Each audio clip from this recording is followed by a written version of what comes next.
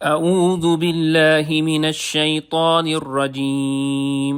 بسم اللہ الرحمن الرحیم وما كان لنبي أن يغل ومن يغل يأت بما غل يوم القيامة ثم توفى كل نفس ما كسبت وهم لا يظلمون صدق اللہ العظیم۔ رب اشرح لی صدری ویسر لی امری واحلل عقدۃ من لسانی یفقہوا قولی رب یسر ولا تعسر وتمم الخیر آمین یا رب العالمین۔ آج کے لیکچر میں ہم انشاءاللہ تعالی سورہ آل عمران کی آیت نمبر 161 کو گرامیٹیکلی انالائز کرنے کی کوشش کریں گے۔ آیت کی تلاوت ابھی آپ نے سن لی ہے، آیت سکرین پہ آپ کو لکھی ہوئی نظر آ رہی ہے۔ آیت میں وقف کی 2 علامات نظر آ رہی ہیں، لہٰذا آیت کے حصے ہوں گے 3۔ پہلا حصہ ہوگا وما کان لنبی ان یغل، دوسرا ہوگا ومن یغلل یأتی بما غل یوم القیامہ، تیسرا اور آخری حصہ ہوگا ثم توفی کل نفس ما کسبت وہم لا یظلمون۔ اب جو پہلا حصہ ہے اس کے الفاظ میں بات کریں گے۔ پہلے حصے میں پہلا لفظ واو ہے جو کہ حرف ہے، ما حرف ہے، حرف نفی ہے، کانا فعل ناقص ہے، واحد مذکر غائب کا صیغہ ہے، فعل معروف ہے، لام حرف جر ہے جس کے بعد نبیین جو ہے وہ مجرور اسم استعمال ہو رہا ہے، ان حرف مصدر ہے جس کے بعد فعل مضارع منصوب آپ یغلا دیکھ رہے ہیں جو اصل میں یغلو تھا۔ غین لام اور لام اس کے حروف مادہ ہیں۔ خان صاحب نے باب نون سے اس کو ذکر کیا ہے، غللا یغللو، اور پھر تبدیلی کے بعد غلا یغلو۔ غلا یغلو غلن کے معنی لکھے ہیں، ایک تو چھپانا، ایک ہے توق پہنانا اور ایک ہے باندھنا۔ تو یہاں پر یہ چھپانا کے معنی میں استعمال ہوا ہے اور آیت کا ریفرنس بھی خان صاحب نے یہی دیا ہے۔ الحمدللہ جی پہلے حصے کے الفاظ سے بات مکمل ہوگی۔ اب جو دوسرا حصہ ہے اس میں پہلا لفظ واو ہے، حرف ہے، من جو ہے یہ اسم ہے اور شرط کے لیے استعمال ہوا ہے اس لیے کہ آگے یغلل جو ہے آپ کو مضارع مجزوم نظر آ رہا ہے۔ یغلل فعل مضارع معروف مجزوم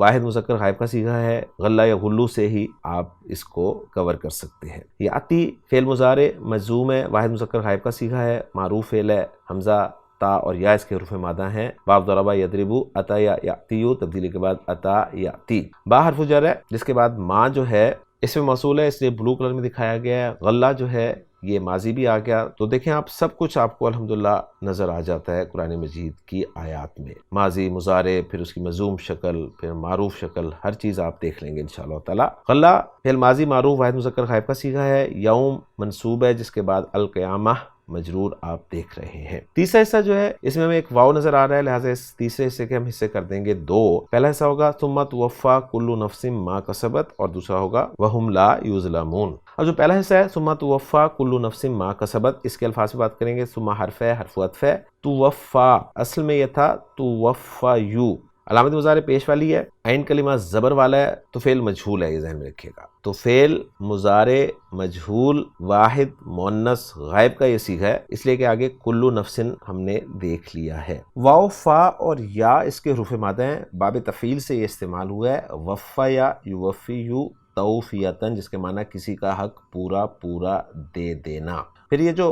یوفی تھا نا یہ مجہول بنے گا یوفا جس کا پھر واحد مؤنث غائب کا صیغہ ہوگا تو وفا۔ کل کا لفظ جو ہے وہ اسم ہے، آگے نفس مجرور آپ دیکھ رہے ہیں، ماں موصولہ قرار دیا جا سکتا ہے اس لیے بلو کر دیا گیا ہے، کسبت فعل ماضی معروف واحد مؤنث غائب کا صیغہ ہے، کاف سین با حروف مادہ ہیں، باب ضربہ یضربو سے استعمال ہوتا ہے، کسبہ یکسبو کسبن کمانا کے معنی میں۔ تو تیسرے حصے کا جو پہلا حصہ ہے اس کے الفاظ پہ بات مکمل ہوگی۔ اب جو تیسرے حصے کا دوسرا حصہ ہے وہم لا یظلمون، اس کے الفاظ پہ بات کرنے لگے ہیں۔ واو حرف ہے، ہم ضمیر مرفوع منفصل جمع مذکر غائب کی ہے، لا حرف نفی ہے، آگے فعل مضارع یظلمون مجہول استعمال ہوا ہے، جمع مذکر غائب کا صیغہ ہے، علامت مضارع پیش والی ہے اور عین کلمہ زبر والا ہے۔ ضا لام اور میم حروف مادہ ہیں، باب ضربہ یضربو ظلم یظلم ظلم کرنا کے معنی میں استعمال ہوتا ہے اور یوں تیسرے حصے کے الفاظ بھی مکمل ہو جاتے ہیں۔ اب چلتے ہیں جملوں کے اعراب کی طرف۔ تو جو پہلا جملہ ہے ہمارا جملہ مستانفہ وہ میں آپ کے سامنے انالائز کرنے لگا ہوں۔ واو کو استنافیہ قرار دے دیں گے، ما نافیہ ہے، کانا فعل ناقص ہے، فعل ناقص جب بھی آتا ہے اس کا اسم ہوتا ہے، ایک خبر ہوتی ہے، خبر کی جگہ پہ جار مجرور بھی آ جاتا ہے، لہٰذا لنبیہن جو ہے یہ جار مجرور، خبر مقدم ہوگی کانا کے لیے، اور کانا کا اسم جو ہے وہ مؤخر ہے اور وہ ایک مصدر معول ہے جو کہ این یغلہ ہے۔ ان حرف مصدر ہے جس کا صلۃ الموصول حرفی یغلہ ہے، یغلہ فعل بفاعل ہے، ہوا ضمیر مرفوع متصل اس کا فاعل ہے، فعل اپنے فاعل سے مل کر جملہ فعلیہ ہو کر صلۃ الموصول حرفی بنا ان مصدریہ کے لیے، اور ان مصدریہ اپنے صلۃ الموصول حرفی سے مل کر مصدر کی تعویل میں ہو کر محلاً مرفوع اسم بنا کانا کے لیے، اور کانا اپنے اسم مؤخر اور خبر مقدم سے مل کر جملہ فعلیہ بن گیا۔ اور ترجمہ کرنا چاہیں تو کچھ یوں ہوگا، اور نہیں ہے کسی نبی کے لیے کہ وہ چھپائے، اور تراجم میں یہاں پر ترجمہ جو ہے وہ خیانت والا کیا گیا ہے۔ اگلا جملہ جو ہے وَمَن يَغْلُلْ يَأْتِ بِمَا غَلَّ يَوْمَ الْقِيَامَةِ، واو کو ہم عاطفہ قرار دے دیتے ہیں، من اسم الشرط ہے اس لیے مبتدا بن جائے گا، اور اس کی خبر جو ہے وہ شرط اور جواب الشرط سے مل کر بنے گی۔ تو شرط والا حصہ ہے یغلل، فعل و فاعل ہوا ضمیر مرفوع متصل، یہ شرط ہو گیا، اور جواب الشرط ہے یاتی بما غلہ یوم القیامتی۔ جواب الشرط کو انالائز کرنے لگا ہوں، یاتی فعل و فاعل ہے، ہوا ضمیر مرفوع متصل اس کا فاعل ہے، با حرف جر ہے جس کا مجرور ما اسم موصول ہے، لہٰذا محلاً مجرور قرار دیا جائے گا، ما کا صلۃ الموصول ہے غلہ، غلہ فعل و فاعل ہوا ضمیر مرفوع متصل اس کا فاعل ہے، یوم القیامتی مضاف مضاف الیہ ہو کے مفعول فی بن رہا ہے، پھر فعل اپنے فاعل سے مل کر جملہ فعلیہ ہو کر صلۃ الموصول بنا ما اسم موصول کے لیے، اور ما اسم موصول اپنے صلۃ الموصول سے مل کر محلاً مجرور ہوا با حرف جر کے لیے، اور با حرف جر اپنے مجرور سے مل کر متعلق ہوا یاتی فعل کے لیے، اور یاتی فعل اپنے فاعل اور متعلق سے مل کر جملہ فعلیہ ہو کر جواب الشرط ہوا شرط یغلل کے لیے، اور شرط یغلل اپنے جواب الشرط سے مل کر خبر بنا من اسم الشرط مبتدا کے لیے، اور من اسم الشرط مبتدا اپنی خبر سے مل کر جملہ اسمیہ بن گیا۔ اور ترجمہ کرنا چاہیں تو کچھ یوں ہوگا، اور جو کوئی خیانت کرے گا تو وہ اس چیز کو قیامت کے دن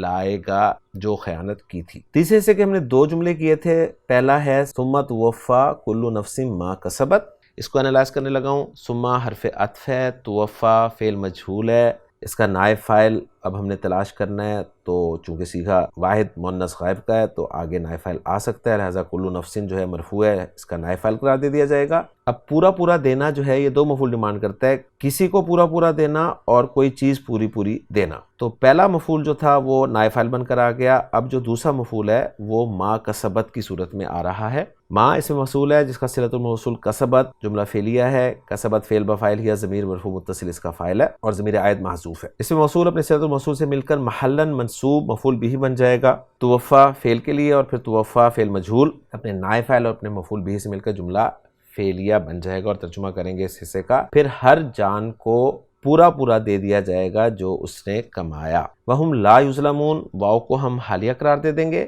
ہم مبتدا ہے جس کی خبر لا یظلمون ایک جملہ فعلیہ کی صورت میں آ رہی ہے، لا حرف نفی ہے، یظلمون فعل مجہول بن نائب فاعل ہے، واو ضمیر مرفوع متصل اس کا نائب فاعل ہے، اور فعل مجہول اپنے نائب فاعل سے مل کر جملہ فعلیہ ہو کر محلاً مرفوع خبر بن رہا ہے ہم مبتدا کے لیے، اور ہم مبتدا اپنی خبر سے مل کر جملہ اسمیہ ہو کر محلاً منصوب حال قرار دے دیا جائے گا۔ اور ترجمہ کریں گے اس حال میں کہ ان پر ظلم نہیں کیا جائے گا۔ تو الحمدللہ جی ہماری ورکنگ مکمل ہو گئی ہے، محمود صافی صاحب کی ورکنگ کے ساتھ اس کو میچ بھی کر لیتے ہیں۔ محمود صافی صاحب نے پہلا جملہ جو ہے ما کان لنبی لا محل لہ استنافیہ قرار دیا ہے، یا غلہ والا جملہ لا محل لہ صلۃ الموصول حرفی ان قرار دیا ہے، من یغلل والا جملہ لا محل لہ معطوف علی الاستنافیہ قرار دیا ہے، یغلل والا جملہ فی محل رفع خبر المبتدا من قرار دیا ہے، یاتی والا جملہ لا محل لہ جواب الشرط قرار دیا ہے، غلہ والا جملہ لا محل لہ صلۃ الموصول ما قرار دیا ہے، توفی والا جملہ لا محل لہ معطوف والا جملہ من یغلل قرار دیا ہے، کسبت لا محل لہ صلۃ الموصول ما،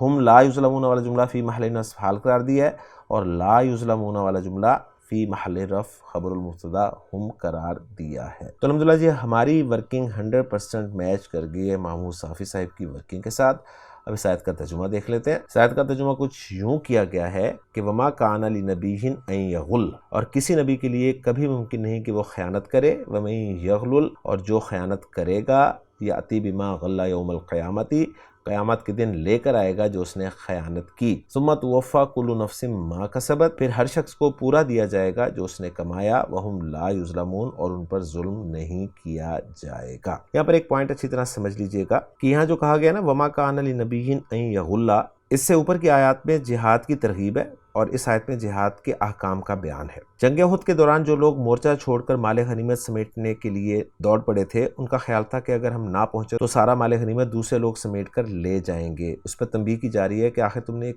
تصور کیسے کر لیا کہ اس مال میں سے تمہارا حصہ تمہیں نہیں دیا جائے گا؟ کیا تمہیں نبی کی امانت پہ اطمینان نہیں؟ یاد رکھو، ایک پیغمبر سے کسی قسم کی خیانت کا صدور ممکن ہی نہیں ہے، کیونکہ خیانت نبوت کے منافی ہے۔ معلوم ہوا کہ خیانت کے معنی تقسیم میں ناانصافی کے بھی آتے ہیں، اور یہ بھی حلول ہے کہ تقسیم سے پہلے مال غنیمت سے کوئی چیز بلا اجازت اٹھا لی جائے۔ شاہ عبد القادر رحمہ اللہ لکھتے ہیں کہ طمع کے کام تو ادنا نبیوں سے بھی سرزد نہیں ہو سکتے، چہ جائے کہ سید الانبیاء سے۔ تو ذہن میں رکھیے گا کسی بھی آیت کو، خاص طور پہ جو ایسی سینسیٹیو آیات ہوں، ان کو آپ کسی اچھی تفسیر میں لازمی دیکھ لیا کریں تاکہ کسی قسم کی آپ کے ذہن میں کوئی پریشانی نہ ہو۔ تو الحمدللہ جی، آج کے لیکچر میں سورہ آل عمران کی آیت نمبر 161 بھی گرامیٹیکلی انالائز ہو گئی ہے۔ انشاءاللہ تعالیٰ اگلے لیکچر میں اگلی آیت کے ساتھ آپ سے ملاقات ہوگی۔ سبحانک اللہم و بحمدک، اشہد ان لا الہ الا انت، استغفرک و اتوب الیک۔